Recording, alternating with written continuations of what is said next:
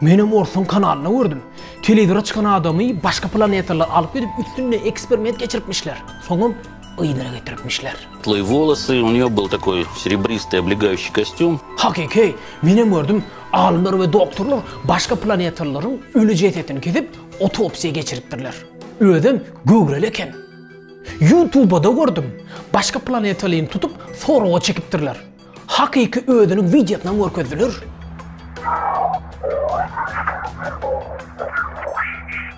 Sen asıl ekin meydanlarında goýan ýylar näme diýjek? Ýokurdan teredilerini hafam täsin şekil emele getirýär eken. Şol ýere gonanlaryna dören şekiller bolmaly. Sen asıl uçan tarelkalar gördüňmi? Bir sıra adam görüpdir. Suratlar amma. Hatta gelen başka planetaları Amerikan hökümeti 51. zonada saklayalarmış. Ve o yerde başka planetaların üstünü tecivi işi geçiriyorlarmış. Başka planetalı diýilenine näme gödöňüze gelýär? Superman mi? Te filmde aýdylmagyna göre olan başka planetadan, yani Kryptoniumdan gelen gahrman. Ya da Prometheus mi? Ehtimal olar aýdylşy ýaly dünýä ýaşaýyşyň tohumunu ekip gidendirler. Ya da gözleri gara we uly, kellesi üç burç gazan ýaly, bedeni çal kümüş renkli şu jandarlarmy? Hawa. Hemme diýen ýaly başka planetaly diýilenine şular, ýagny 3-nji aýdanyň gödüňize gelen bolmaly. Täbi kiçilikden bäri telewizorlarda, internet ulgamynda, kitaplarda ve jurnallarda videonun başynda da agdalan wakalaryň hem üstü bilen bu şekil biziň aňymyza sokuldy. Aslında başka planetaların esasy hekaýasy 1947-nji ýylda Roosevelt wakasy bilen başlandy. In July 1947, Roswell was a small, sleepy town surrounded by ranches and desert. Şol döwür Roosevelt etrawynyň ýaşaýjylary asmanda ýaldyryp 9 sany uçýan näweli jisimleri görendiklerini we olardan biriniň ýere gaçanlyklaryny aýtdylar. A strange thing happened. Something large and silver hurtled out of the sky and plowed into the desert with a bang. Şeýlelik bilen başka planetadan gelen ketekilerin bardygyna inanyp başlandy. Medyada ve halk arasında ol näweli jisimlerin başka planetalara değişligi bilen bagly dürlü düşünceler döräp başlady. The government took immediate interest and for the first and only time in US history issued a press release stating the crash of a flying disc. Bunu pursat bilen film ulgamy ve komploçular dürlü hekaýeler ve filmleri çıkarıp madalyza girdejik adandylar.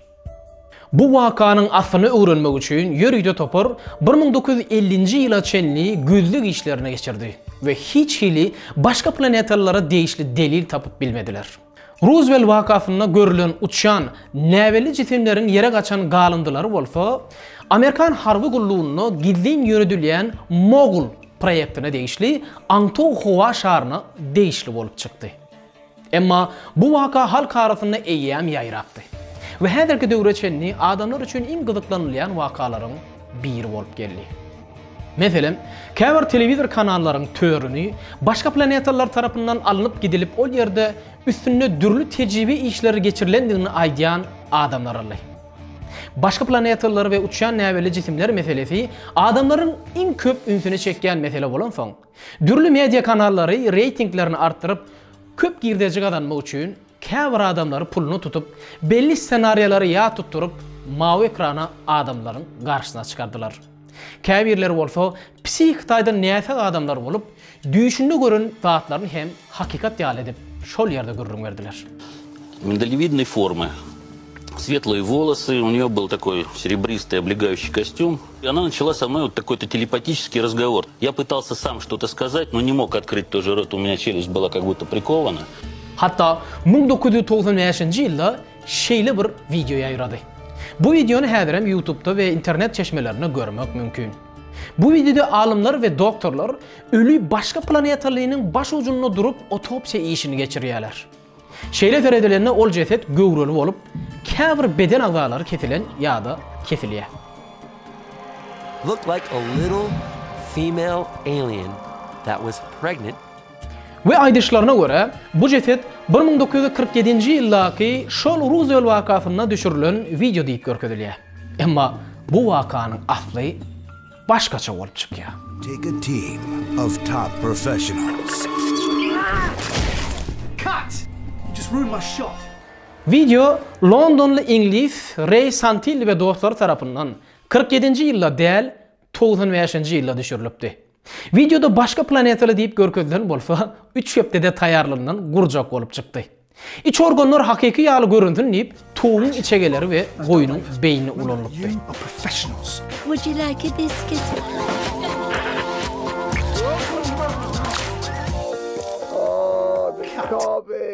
Don't worry, guys. I'll put a pot plant on. Gan ýerine bolsa renkli boýa ulanlypdy. Videonun köňe görünmegi ve käbir detallaryň düşnüksiz görünmegi üçin bolsa, videonun hili pes we ak-gara düşürilipdi. Bu videonun gurnolanlygy we yalanlygy hut Ray Santilli tarapyndan kabul edildi.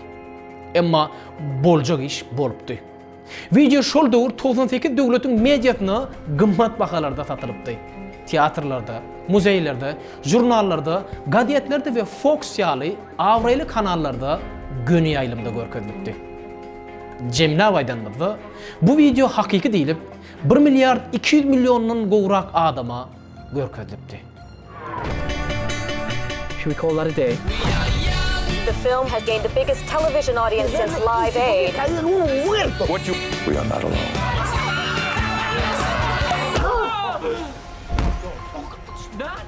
Soňra muny pursat bilen pursatçylar badyny alyp bilmän başka planetalyny canly tutup sorak astyny ýaly görkezip onu gepledip bu yalan akymy dowam etdirdiler. Elbetde adamlar bu videony hem hakykatdyr öýtdiler. Okay, so how was the universe created, and why is it so perfectly made for us?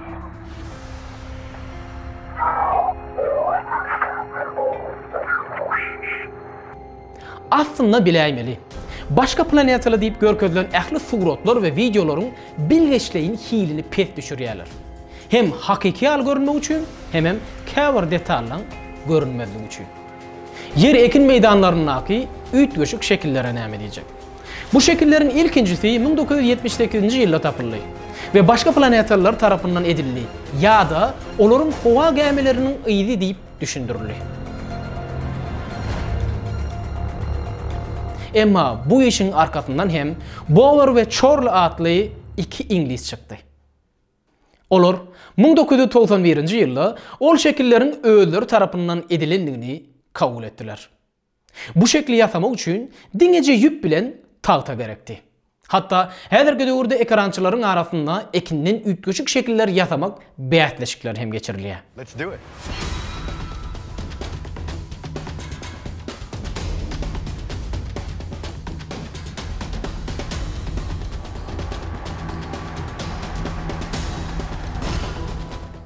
Uçan tarelka gördüm havarlarına näme diýjek. Ödüm geň görämeli. Bularyň hemmesiniň hili pes. O havarlaryň aslana seredilenine bolsa, ya uzakdaky çyra, ya atmosfera giren meteor, ya döwletleriň gillilik bilen ýöredýän käbir proyektleri, ya da Photoshop ýaly programmalarda efektlenen ýa-da montajlanan surat ýa-da videolardan ibaratdy.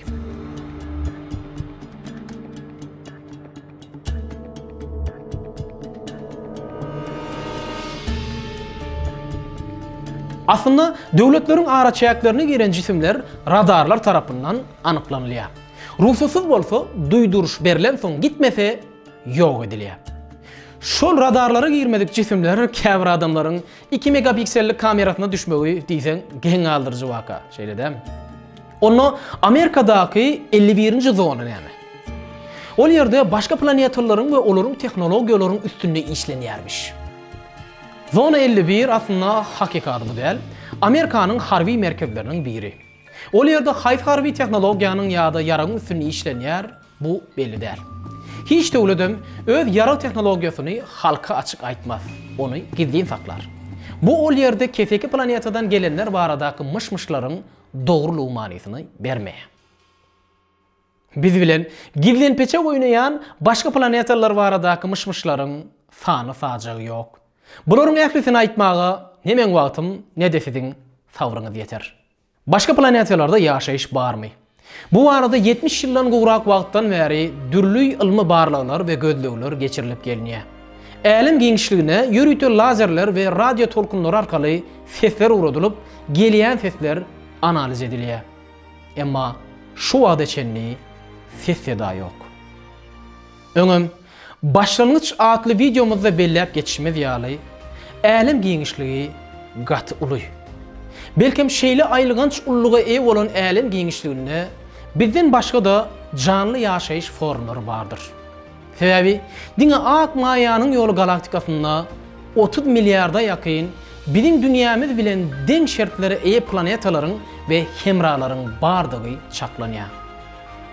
Eger ol ýerlerde ýaşaýyş bar bolsa, olar bakteriýalar ýaly bir öýjükli jandarlarmy ýa-da biz ýaly akylly formlarmy? Eger akylly bolsalar, bizden akyllymy? Olaryň şekilleri nähili? Ýazy ýa-da sözleýiş okuyuplary barmy? Bu belli däl. Belli bolan bir zat bar. Olar baradaky dogry ýa-da yalan habarlaryň adamzadyň ünsünden hiç açan düşmejegi.